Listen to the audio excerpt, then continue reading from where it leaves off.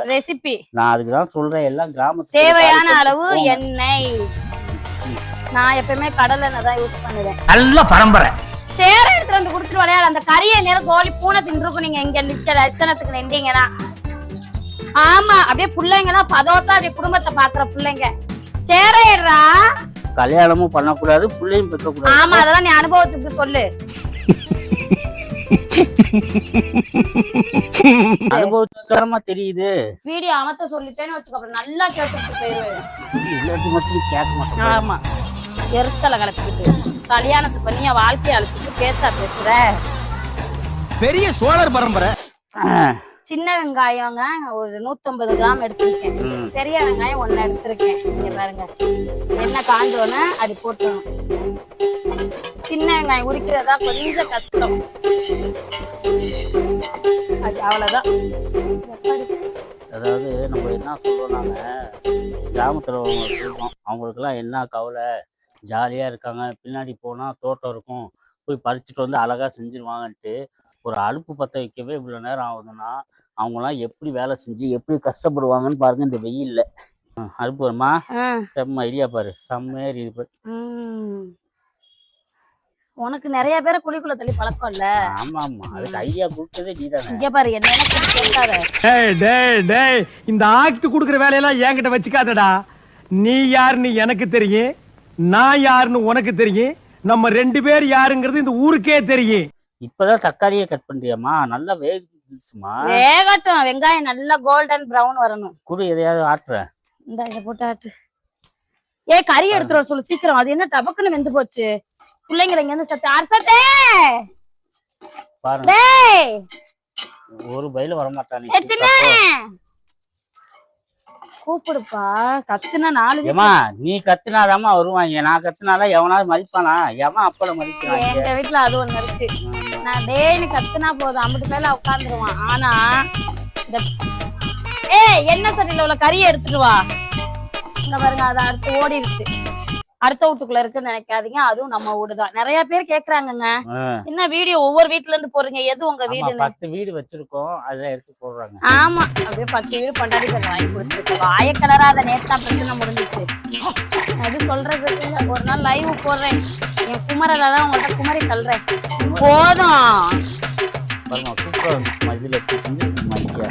என்ன இவ்வளவு நாள் தெரியாம போச்சுல்ல. நைட்டு இட்லி ஊத்துறது எல்லாமே இது வச்சுக்கணும். அதுக்கு ஹோட்டல்ல எல்லாம் ஆரம்பிக்கணும். என்ன சட்டில வாடா, எல்லா கறியும் போயிட்டு வந்துட்டாங்க. நம்ம வீட்டுல நின்ற இன்னைக்கு கோழி எல்லாம் 2 கோழி நின்றுச்சு. 2 கோழி இல்ல என்னன்னாங்க, கோழி கதையை சொல்லிடுறேன். என்னன்னா, எங்க அம்மா ஆசையா ஊர்ல இருந்து கோழி வாங்கிட்டு வந்தாங்க. நானும் இங்க என்னன்னா, எப்பயுமே எங்க மாமியார் சென்னை வந்தாங்கன்னா எப்பயுமே 2 கோழி 3 கோழி புடிச்சிட்டு வருவாங்க. அவங்க புடிச்சிட்டு வந்து அவங்க இருக்கிறப்பயே மயனுக்கு உடம்புல தெம்பத்து வச்சாங்க. தெம்பத்து போச்சுட்டு கறி வாங்கிட்டு வந்து அறுத்து இதுக்கு போடுவாங்க. போட்டுக்கிட்டு இருக்கப்ப நான் உங்களுக்கு அறுத்து போடுவாங்கங்க. அவங்க அம்மா மரியாதையா பேசுறப்ப எதுக்கு குறுக்கால பேசுற, இவருக்கு போடுவாங்கங்க. முழுசா சந்திரமுகியா மாறி இருக்கிற மனைவி கங்கா வெப்பா போடுறப்ப என்னமோ சொன்ன திறமை, நீ பேசினாலே எனக்கு கொச்சு கொச்சுன்னு வருது. போட்டு தள்ளு. தக்காளின்னு சொல்லவே இல்ல. தக்காளிய போட்டு எவ்வளவுன்னு சொல்லு.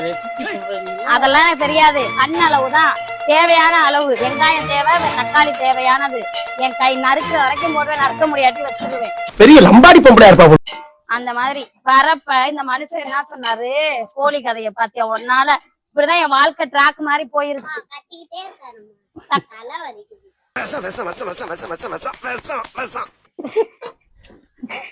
அவன் ட்ரைனிங் போ, வீட்டுக்கு போடா, கருத்து போயிருவ. நான் கருப்பா இருந்தா இதுக்கப்புறம்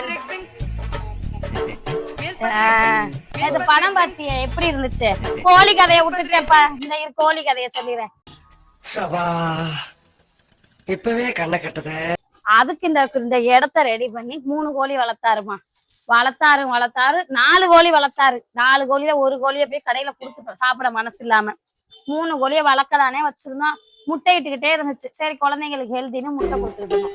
இடையில சில பல சிக்கல், அதை வெளியில சென்னையில அங்க இங்கேயும் போறது வந்து யாருக்கும் பிடிக்கலன்ட்டு வந்து 2-3 தடவை சண்டை போட்டாங்க. சரி ஓகே இதுக்கு மேல வச்சிருந்தா சரி. மொத்தம் சென்னைக்குள்ள சிட்டிக்குள்ள கோழியை வளர்க்க முடியல, சுதந்திரம் இல்லைங்க.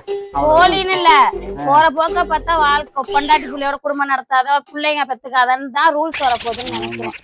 பழக்காதன்ட்டாங்க. கொண்டு போய் சக்கரை அறுத்துட்டு வந்தாச்சு. நான் தின்ன மாட்டேன், நான் வளர்க்குற கோழி தின்ன மாட்டேன். யாரும் திங்க சொல்லல, நீ வாய மூடு. நான் ஆக்கி மட்டும் தான் கொடுப்பேன், நான் சாப்பிட மாட்டேன். எங்க அப்பா உலகத்துல தோசையை திரி போட்டு பாத்திருக்கேன், இப்ப இட்லியவே திரி போடுறானே. திங்க மாட்டேன்னு போய் சொல்றாங்க. அவ சத்தியமா திம்பாவ. எரியுதுடா, நல்லா எரியுதுடா. ஆனா நான் சாப்பிட கூட முடிவு எடுத்துருக்கேன். இது வந்து சேவை, இது பொட்டை கொஞ்சம் தான் வந்து பொட்டை கோழி, சேவல் நிறைய வந்து இதான் பொட்டை கோழி. ஆனா நல்லா இருக்கு. என்னைக்குமே பெண்கள் அழகு இல்லாத மாதிரி பெண் கோழி தான் வந்து பார்க்க அழகா இருக்கு. உன் பொண்டாட்டி மட்டும் இல்ல, அது இங்கிலீஷ் பொண்டாட்டியா இருந்தாலும் சரி, ஜெர்மன் பொண்டாட்டியா இருந்தாலும் சரி, ஜப்பான் பொண்டாட்டியா இருந்தாலும் சரி, தமிழ் பொண்டாட்டியா இருந்தாலும் சரி, உலகத்தில் உள்ள எந்த மொழி பொண்டாட்டியா இருந்தாலும் பொண்டாட்டின்னு வந்துட்டாலே அவளுங்க வாயை கட்டவே முடியாது.